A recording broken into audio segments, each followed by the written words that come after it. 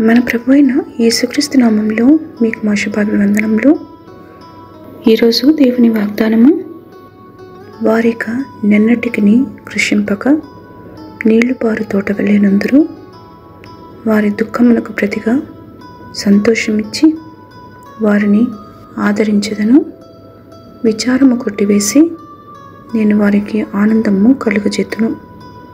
ఇర్మియా 31వ అధ్యాయము 12-13 వచనాలు. Their life will be like a watered garden, and they will never languish again.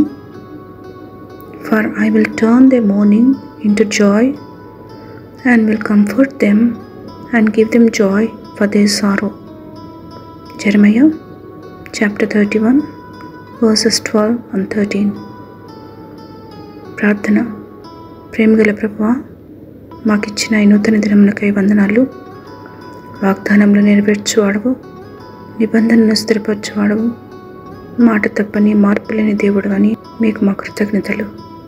మీ మాటకు విధేయత చూపి మీ దీవెనలకు పాత్రలను చేయమని యేసు నామములో వేడుచున్నాము తండ్రి. Amen. Have a blessed day. God bless you.